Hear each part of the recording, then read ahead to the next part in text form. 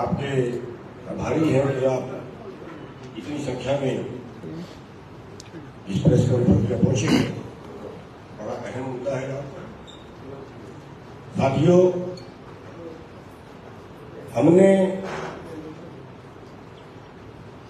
जो हमारी पार्टी है संयुक्त संघर्ष पार्टी, जिससे पंजाब में भी हमने चुनाव लड़ा था और आगे जो हरियाणा में भी विधानसभा का चुनाव है वो भी उस पार्टी से लड़ेंगे और उस पार्टी का किसान लीग है भारतीय किसान यूनियन यूनियन। हमने कुरुक्षेत्र सीट से इनेलो को, अभय चौटाला जी को समर्थन किया है इस चुनाव में और उसके 2-3 कारण हैं।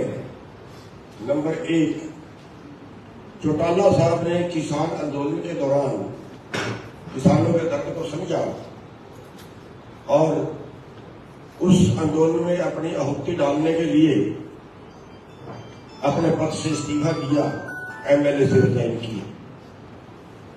हमारा भी फर्ज बनता है, पूरे किसानों का फर्ज बनता है कि उस कर्ज को हम उतारें। और मैं तो पूरी एसके उसको भी ये कहना चाहूंगा कि कुरुक्षेत्र सीट पे आप लोगों को सबको समर्थन करना चाहिए।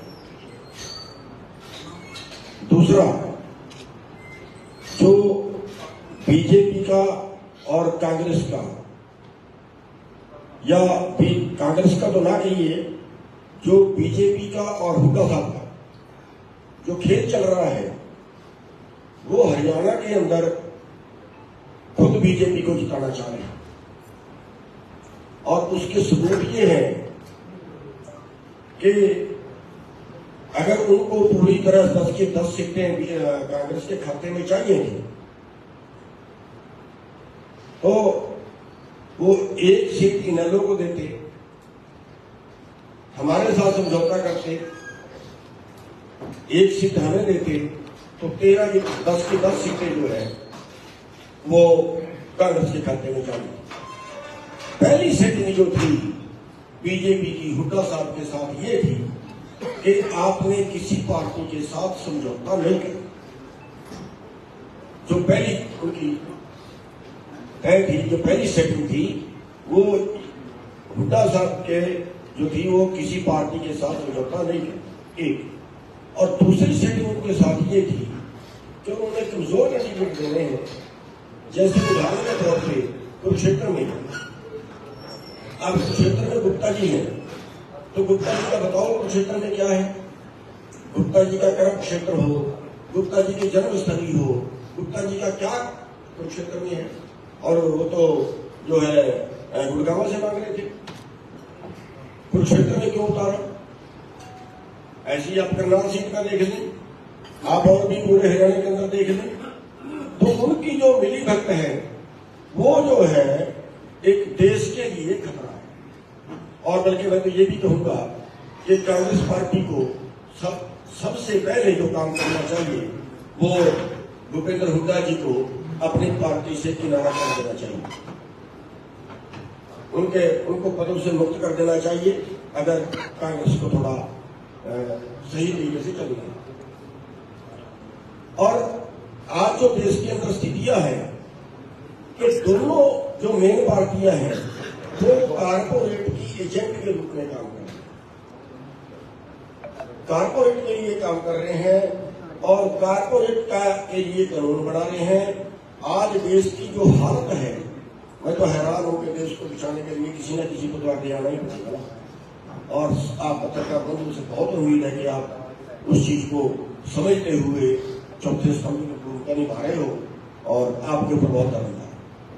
आज देखिए, आज 1% लोगों के पास 40% प्रॉपर्टी हो गई। आज 9 लोगों के पास 50 करोड़ लोगों के बराबर जो है वो प्रॉपर्टी हो गई। आज बेरोजगारी का आलम यह है कि हरियाणा नंबर 1 है बेरोजगारी। आज हालत ये है कि हरियाणा के बेरोजगार अपने देश को छोड़ के विदेशों में जाने लगे। इस देश को कौन बचाएगा। एक बात और मैं इसके साथ कहना चाहूंगा कि आज जरूरत है हरियाणा के अंदर एक विकल्प देने जो हम कोशिश कर रहे हैं कि हम साथ मिलके, चौटाला साहब साथ मिलके, और भी जो ऐसे लोग होंगे जो देश को बचाना चाहते हैं कि हरियाणा की राजनीति में एक विकल्प दें। हरियाणा की राजनीति में कांग्रेस वर्सेस बीजेपी ये ना रहे, इनके बराबर में एक विकल्प होगा। तो ये सभी चीजें हैं जिनके ऊपर हमने बहुत सोच विचार के, बड़ी गहनता से विचार करके, अपने सारे संगठनों में गहनता से विचार करके ये किया है कि कुरुक्षेत्र से जो है हम इन लोगों को समर्थन करेंगे और पूरी तरह से करेंगे, जितना भी हमारे से जो पड़ेगा उतना करेंगे। और आपके माध्यम से सभी किसान भाइयों को, मजदूर भाइयों को, सभी को ये बेनती करेंगे कि ये जो है आज की जरूरत है, और सभी भाई जो है वो कुरुक्षेत्र सीट पे इन लोगों को सपोर्ट करें, इन लोगों को समर्थन करें, कहीं से शुरुआत हम करें देश को बचाने की।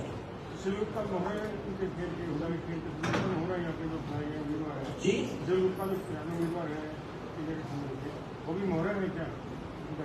मैं ये कह रहा हूँ कि उनकी चाल जो है वो ये है कि कमजोर कैंडिडेट दे दो ताकि बीजेपी की ज्यादा सीटें आ जाएं और बीजेपी को जिताने का एक षड्यंत्र है। मैंने जो फार्मूला बताया है कि सबसे पहले तो जो बीजेपी ने उनसे साठगांठ की है, और उस साठगांठ के तहत ये है कि उनको कहा है कि किसी से समझौता मत करना। उनको तो कोई नुकसान समझौते का था ही नहीं, हमने कोई बुरा भी नहीं किया उनका। तो वो जो समझौते का जो मिली भगत हमारी समझ में आई है वो बहुत खतरनाक है। इसलिए हरियाणा के अंदर एक विकल्प है और जिसकी हम शुरुआत कर रहे हैं, और हम जो अगला चुनाव है उसकी भी तैयारी कर रहे हैं, विधानसभा का है। और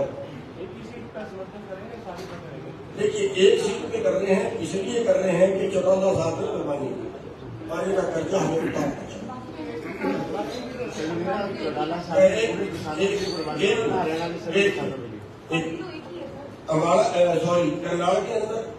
करनाल के अंदर हम बसपा का समर्थन कर रहे हैं, इसलिए कर रहे हैं कि उनकी बेटी ने भी रिजाइन किया था जिला परिषद के मेंबरशिप, और उन्होंने भी आंदोलन के दौरान जेजेपी के पास से इस्तीफा दे दिया था, पार्टी छोड़ दी। इस तरह से हम देख रहे हैं कि एक प्रथा ये चले कि लोग किसान के पक्ष में बोलना शुरू कर दें।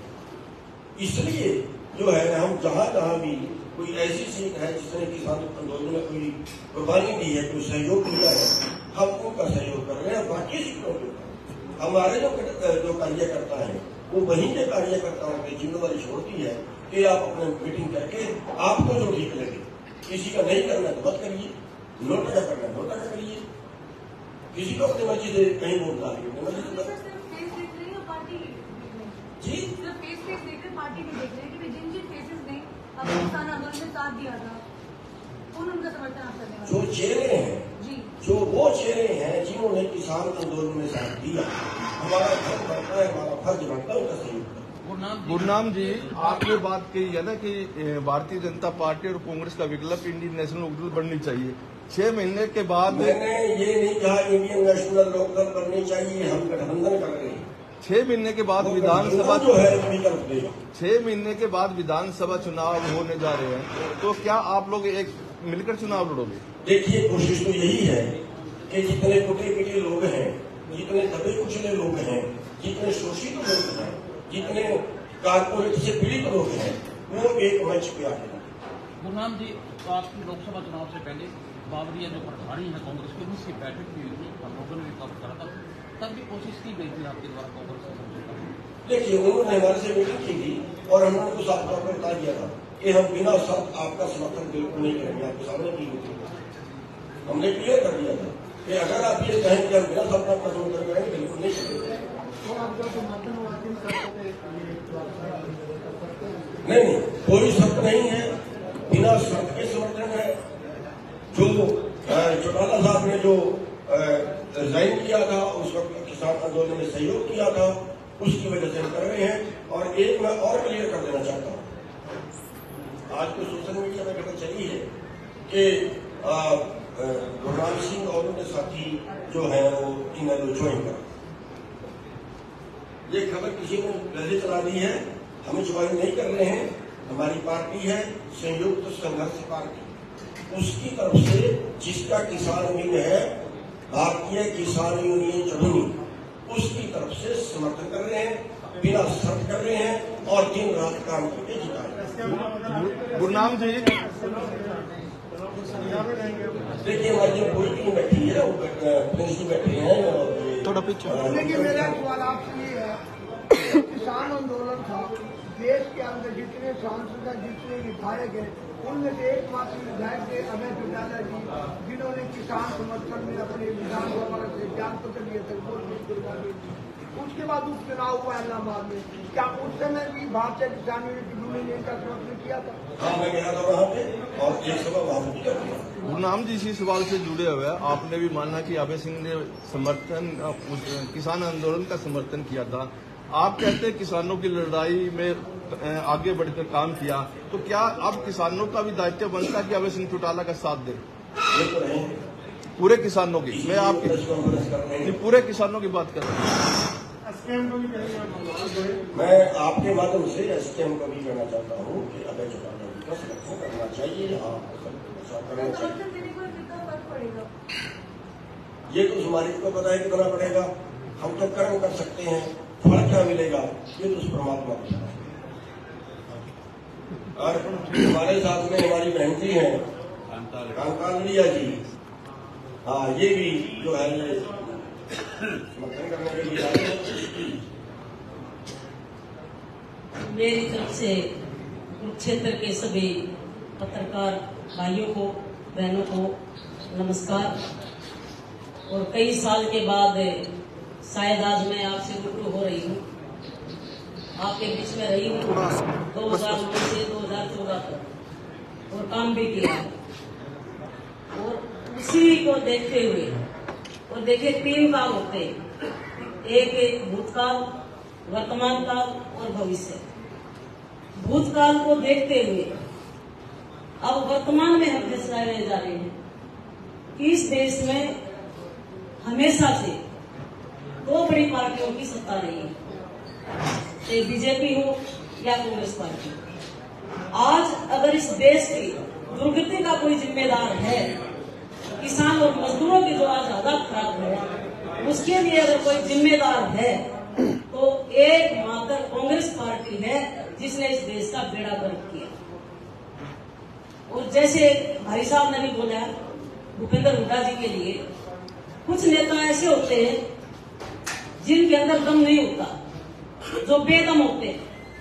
ईडी के डर से और जेल के डर से वो अंदर खाते समझौता करके और भारतीय जनता पार्टी के साथ मिलकर आज भूपेंद्र हुड्डा कांग्रेस के नाम पर बीजेपी की बी टीम बनकर काम कर रहे हैं।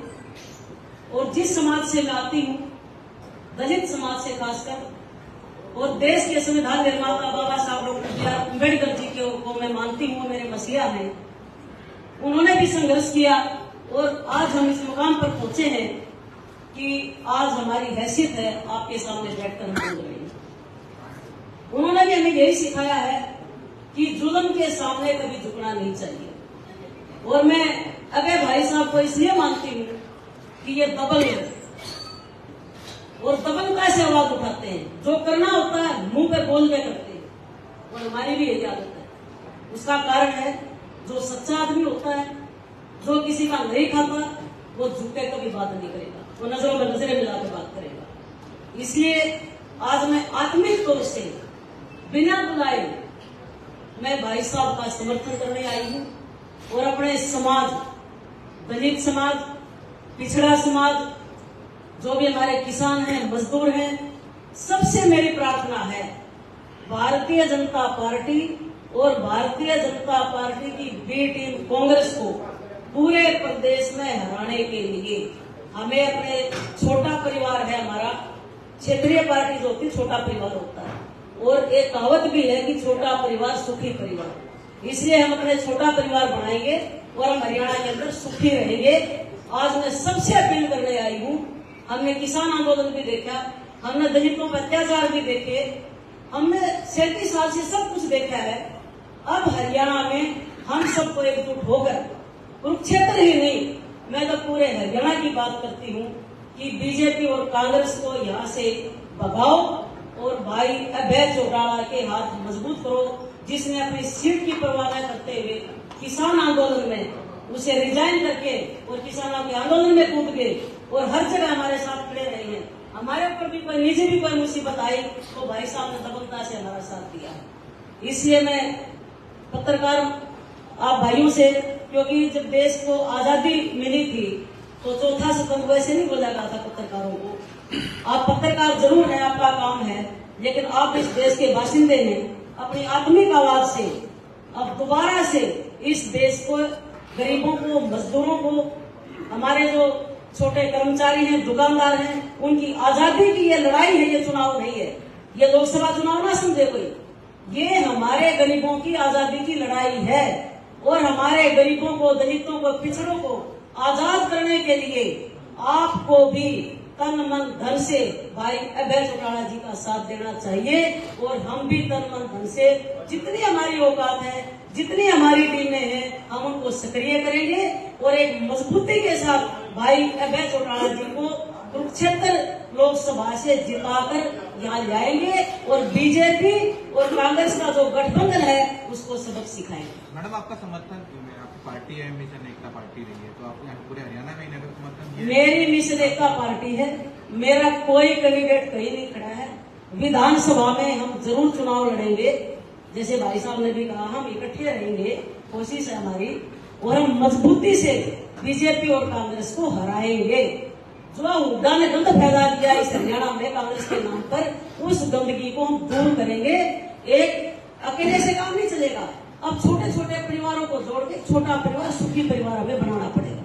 पूरे हरियाणा में ज्यादा समर्थन आपके एक सीट पे?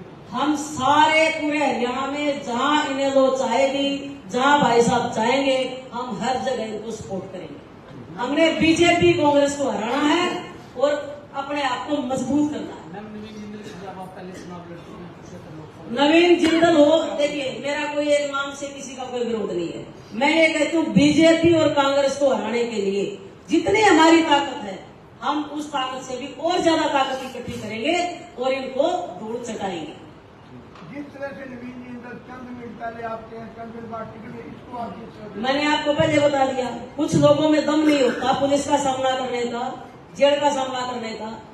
धन तो कमा लेते हैं लेकिन हिम्मत किसी के अंदर नहीं होती है। वो बिरले होते हैं जो हिम्मत से सामना करते हैं मुसीबतों का। हम लोग कर रहे हैं ना सामना। मेरे ऊपर बीजेपी ने 4 FIR किए और मैं आपके बीच में बैठी, कोई बात नहीं। जीवन मरण ऊपर वाले के हाथ में, कोई इंसान किसी को नहीं मार सकता।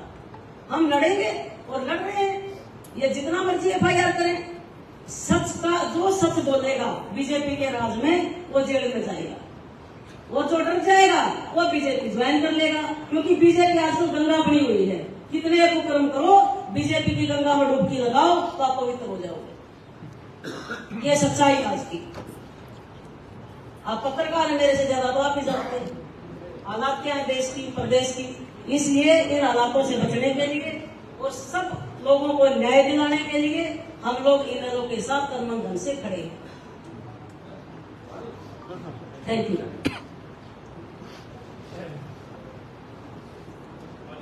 मैं सबसे पहले तो नाम सिंह जी का लगा हुआ है, और बहन कांता का दोनों का आभार व्यक्त करता हूं कि आज दोनों ने मुझे बिना किसी शर्त के अपना समर्थन दिया, आशीर्वाद दिया, सहयोग दिया और मुझे विश्वास दिलाया कि हम आपके साथ इस चुनाव में अपनी पूरी ताकत के साथ भाजपा और कांग्रेस को एक तो सत्ता से बाहर करेंगे, एक तो सत्ता से दूर रखने का काम करेंगे। मैं इसके लिए इन दोनों का बहुत आभार व्यक्त करता हूँ, बहुत धन्यवाद व्यक्त करता हूँ। दूसरा, जैसा गुरनाम जी ने बताया कि भूपेंद्र सिंह हुड्डा जो है, उसके जितने भी साथी हैं वो लगातार पूरे प्रदेश में एक प्रचार फैला रहे हैं इंडियन नेशनल लोकदल पार्टी जो है वो भारतीय जनता पार्टी की बी टीम के रूप में काम कर रही है, जबकि हमने लगातार 10 साल से, जब से भाजपा सत्ता में आई है, मैंने अपोजिशन लीडर रहते हुए भाजपा का जो कोई गलत निर्णय भाजपा की सरकार में हुए उनका विरोध किया, और उसके बाद अब पिछले 5 वर्ष से पूरा प्रदेश देश इस बात का साक्षी है कि विधानसभा के बाद तो हमने लड़ाई लड़ी नहीं, विधानसभा के अंदर भी भारतीय जनता पार्टी ने चाहे कोई घोटाले किए, चाहे भारतीय जनता पार्टी ने सरकार ने कोई और गलत निर्णय लिए, चाहे वो टेस्ट टीचर का इश्यू था, आंगनबाड़ी और आशा वर्कर का मामला था, चाहे वो आपके नरेगा के मजदूर जो थे उनकी जो 2 दिन की मजदूरी थी उसको कम करने की बात थी, चाहे कौशल रोजगार योजना शुरू करने की बात थी, चाहे किसान आंदोलन था, इंडियन नेशनल लोकदल पार्टी ने जिस किसी के साथ अन्याय हो रहा था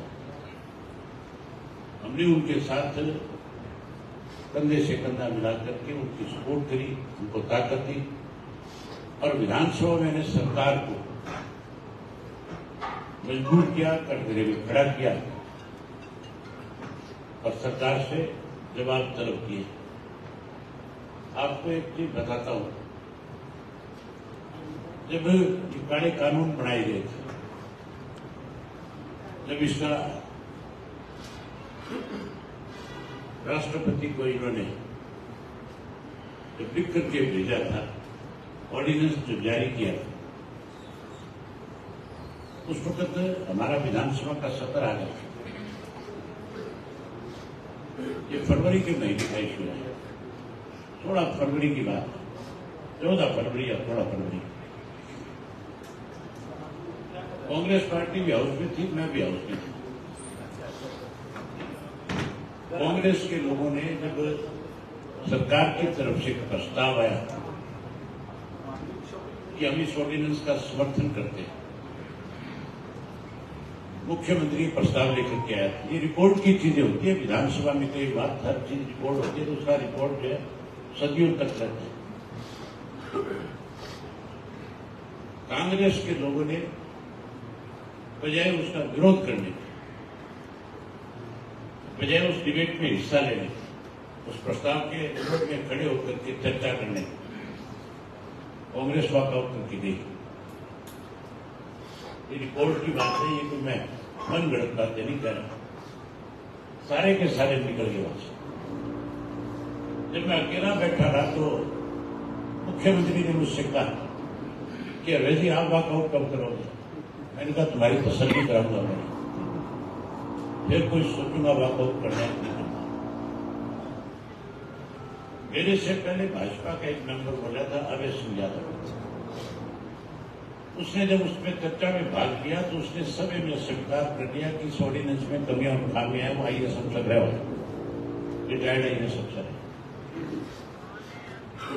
जब वो बोल रहा था कि वो कमियां निकाल रहा था, मैं उनको नोट कर रहा था। उसके बाद मुझे स्पीकर ने मौका दिया कि आप उसमें डिबेट में हिस्सा ले सकते। मैंने जब उनकी कमियां और खामियां गिरानी शुरू की तो भाजपा के लोग बचा नहीं पा रहे थे उस बात। बारी बारी वो बीच में मुझे रोक रहे थे, प्रयास कर रहे थे किसी तरह से उनकी आवाज में बोले, मैं उनकी आवाज में दब करके कहीं बैठ गया, लेकिन ये तो मेरे खून में नहीं है। मैंने उनसे कहा, उनका आवाज तो मेरी तुम्हारे से बहुत ज्यादा ऊंची है, अगर तुम ज्यादा ऊंची आवाज में बोल रहे हो, तुम्हारी सबकी जन्मपत्री मेरे पास है, और मैं एक एक के बारे में जब चर्चा करूंगा तो फिर उनकी आवाज में बोलना तो दूर की बात है, शक्ल दिखाने लायक भी नहीं। और आखिर जब वो मेरी इनकी बातों पे हंसने लगे तो मैंने ये बात कह करके वॉकआउट किया था कि तो तुम दांत फाड़ देंगे। जब तुम इस ऑर्डिनेंस को लेकर के लोगों के बीच में जाओगे, चर्चा होगी इस पे, जब लोगों के बीच में जाओगे तो लोग तुम्हारे मुंह खड़े करेंगे, तुम तो भी बाड़ा बनाएंगे और तुम्हें गांव में घुसने भी नहीं देंगे। और वो बात मेरी चंद दिन बाद ही सच साबित होगी। थोड़े दिन बाद ही उनको सबने रोक लिया था, गांव में बैनर लगा दिए थे, कोई अंदर नहीं घुस पाया था। आज भी पूरी भारतीय जनता पार्टी का, भारतीय जनता पार्टी की सहयोगी रही बीजेपी का पूरे प्रदेश में विरोध है। कहीं जाकर के वोट नहीं मांग सकते। आज तो मुख्यमंत्री को यह ऐलान करना पड़ा, इससे मनोहर लाल खट्टर को यह कहना पड़ा कि मैं किसी गांव में जाकर के वोट नहीं मांगूंगा। उसको इस बात का एहसास है कि किसी गांव में वोट मांगने जाएगा तो लोग तेरा बहुत बड़ा विरोध करेंगे। भूपेंद्र सिंह हुड्डा भी यही भाजपा को आज मदद कर रहे हैं, वो भी इनको जिताना चाहते हैं। ये नया नहीं है उनके लिए, ये लगातार मिले हुए हैं। आप एक भी भूपेंद्र सिंह हुड्डा से उनके समर्थकों से पूछ लो, सुभाष चंद्रा को राज्यसभा का मेंबर किसने बनाया? भूपेंद्र सिंह हुड्डा जब वोट डालने गए, हर मेंबर को अपना वोट जो है उस पर टिक करके, उस पर साइन करके, उसको ठीक रखो नहीं रखो, लेकिन जो उनका एजेंट होता है पार्टी, उसको वोट दिखाना होता है। अगर नहीं दिखाए तो उसका वोट कैंसिल हो जाता है। जब वो अपने एजेंट को वोट दिखा रहा था, जो उनका जनरल सेक्रेटरी था कांग्रेस का, सेंटर से आया हुआ था, उसमें दिखाया तो खाली छोड़ कर गया। उसके बाद 14 की पेन की शही मिली। उसी दिन इस बात पे मोहर लगा दी थी कि भाजपा ने ईडी के माध्यम से हुड्डा को डराया हुआ है, और हुड्डा जो है जैसे भाजपा चाहे निश्चित में काम करेगा। आज भी वही काम हो रहा है। आज अफवाह तो हमारे खिलाफ फैलाई जा रही है, कहा तो हमारे लिए जा रही है, लेकिन एक्टिव में बी टीम के रूप में आज भी भूपेंद्र सिंह हुड्डा काम कर रहा है। इस बात का सबक आप देखना लोकसभा के चुनाव में लोग इसको देंगे। आज तो मैं विशेष रूप से आप सभाएं आपका भी आभार व्यक्त करता हूं, और बैंकांता का सरदार गुरुनाम सिंह जी का, दोनों का इस बात के लिए थैंक्स करूं कि इन्होंने मेरा समर्थन किया। और अगली बात एक और कहना चाहता हूं, अब ये सिर्फ चुनाव में इकट्ठे नहीं है। 4 महीने के बाद विधानसभा का चुनाव आएगा, और विधानसभा के चुनाव में बहुत सारे और भी राजनीतिक दल हरियाणा में हैं जिनके अपने संगठन है। चौधरी देवीलाल में आपको याद होगा सन 1987 के अंदर छोटे छोटे दलों को उस वक्त की हमारी जो पार्टी थी उसका पार्टनर बनाया था, और उसका नतीजा ये निकला था कि 90 में से 85 सीट जीते थे। हमने भी चौधरी देवीलाल की नीतियों को आगे बढ़ाना है, और जिस तरह से चौधरी देवीलाल राजनीतिक निर्णय लेते थे, हम उसी तरह का निर्णय लेंगे।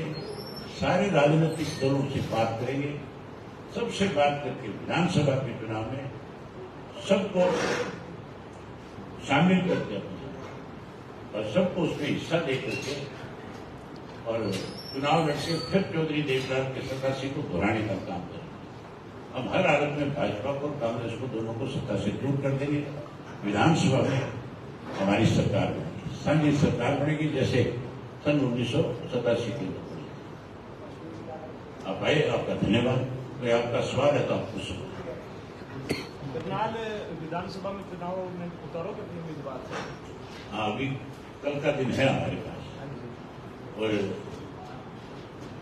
कल तक हम विचार करेंगे।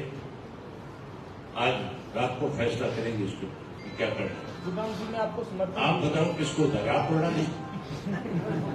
गुरनाम जी ने आपको समर्थन दिया है, तो अगर वहां से बात करें वीरेंद्र मराठा को आपने समर्थन दिया है, तो क्या वहां पे भी सहायता की जाएगी गुरनाम जी के द्वारा? मैं इनसे रिक्वेस्ट करूंगा, लेकिन इन्होंने पहले फैसला ले रखा है। इनका फैसला वहां बीएसपी की मदद का है।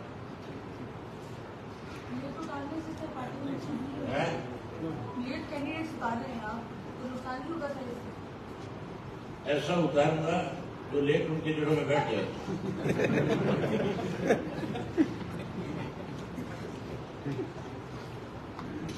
ठीक है, बहुत धन्यवाद।